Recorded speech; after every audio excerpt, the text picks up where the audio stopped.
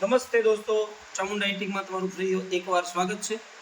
ફરી આપણે એક નવી વેરાયટી સાથે આવ્યા છીએ કે જે આપણે એન્ટિક લુક આપતા હોઈએ અને કઈ વસ્તુ કેટલી મોંઘી છે, કેટલી સરળ છે, કે એનો શું યુઝ થાય છે તેની તમને ડિટેલમાં માહિતી આપશું. પહેલાં બતાવી દઉં બધું. હા, આ બધું એટલું બધું શું છે બધું? ઓલ્ડ બ્રાસની આઈટમ છે બધી. વાહ ભાઈ, એટલે આ બધી આઈટમો શું છે અને શું શું ઉપયોગમાં આવે અને કેટલા ટાઈમની આઈટમ છે અને કઈ ધાતુમાં છે, તો તમે જરાક મને માહિતી આપો પ્રવીણભાઈ. હવે તો પહેલાં જાણેમાં તમે નજીકથી બતાવો. પહેલાં તમે જાણેમાં આ આઈટમ જો, આ શું આઈટમ છે અને એ શું ઉપયોગમાં આવતી? આને કહેવાય પડઘી. હા હા. જ્યારે ગઢની અંદર હા જે રાજા મહારાજાઓ હતા, બરોબર, એ જમવા બેસે હા ત્યારે એની પાસે મૂકી હા અને અહીંયા કાસાની તાસરી દૂધ ભરીને આની અંદર મૂકવામાં આવતી. બરોબર. આને પડઘી કહેવાય. હા. આ પિત્તળની આઈટમ છે હા. અને મિનિમમ 100 વર્ષ જૂની આઈટમ છે. બરોબર.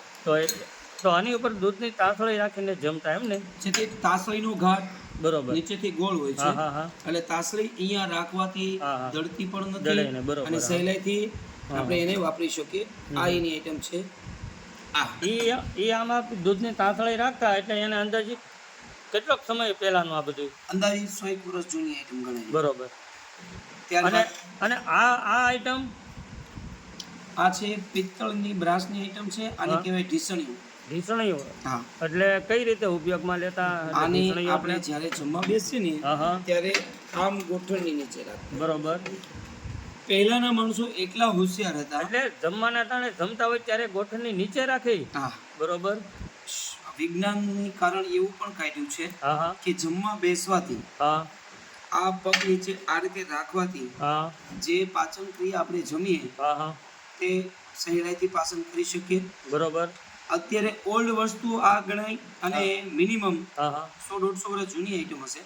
ત્યારે પણ પબ્લિક એટલું હોશિયાર હતું, એને પણ ખબર હતી કે આ રીતે રાખવાથી અહીંયા આ ગોઠણ ઊંચો રહે એટલે પાચન ક્રિયાને સારું રહે. અત્યારના તો ડોક્ટરો કહે જ છે, પણ ત્યારે પણ પબ્લિક એટલી હોશિયાર હતું કે જેથી કરીને આ એ પગ મૂકી અને એની નીચે રાખી, ઉપર પગ રાખી અને જમવા બેસતા ત્યારે રાખતા. તો પહેલાના માણસો એ રીતે ઉપયોગ કરતા એમ ને?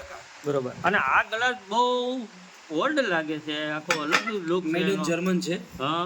મિનિમમ ગ્લાસનું વજન એપ્રોક્સ 500 થી 600 ગ્રામ છે.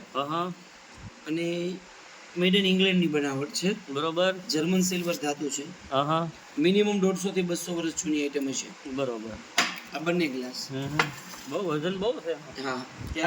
અને આ કડાવાળું, આ ઘડા તો જોયા, પણ આ ઘડાવાળો ઘડો એટલે કઈ રીતનો ઘડો? એટલે પેલા કઈ આવા ઘડા આવતા કે પહેલાના માણસો આને કહેવાય સરું. સરું કહેવાય? ઘણું તમે સાંભળ્યું હશે કે ઓલા લોકોએ ખોદકામ કર્યું તો એને સરું નીકળ્યો. બરોબર. આ સરું રાણી સિક્કા ભરી પછી સારી કિંમતી ઝવેરાત, સોના, ચાંદી, હીરા જડિત કોઈ પણ વસ્તુ હોય તે વસ્તુ ભરી અને જમીનની અંદર દાટી દેતા, જેથી કરીને લૂંટારોથી પોતાનું જે કાંઈ આપણી પાસે દાગીના છે, માલ છે, મિલકત છે, સેફ રહે અને દાગીના મૂકી અને જમીનમાં દાટી અને પેક કરીને રાખતા. અને આ બી બ્રાસની આઈટમ છે અને મિનિમમ લુક જોતા તમને પણ અંદાજ લાગી જાય કે 150 થી 200 વર્ષ જૂની. તો આપણે મેં વાત સાંભળી કે બધા એમ કહેતા કે ઘડા નીકળ્યા, તો એ આ જ ઘડા છે એમ ને? પિત્તળનો નીકળ્યો, અમારે રાણી સિક્કાનો ભરેલો કે હીરા જવેરાત ભરેલો નીકળ્યો, એ મહિલો. આ એક જ વસ્તુ એવી જ છે, આ એ જ કામમાં ઉપયોગ કરતા, જેથી કરીને ઘણા ટાઈમથી તમે સાંભળેલું હશે કે પિત્તળના નીકળે, ત્રાંબાના નીકળે, ઘણા 2 કે 3 ધાતુમાં આવતા. બરોબર. તો દોસ્તો, આજની માહિતી આ વિડીયોમાં એટલી ઘણી. ફરી એક બીજા વિડીયો સાથે તમને મળશું. જય માતાજી.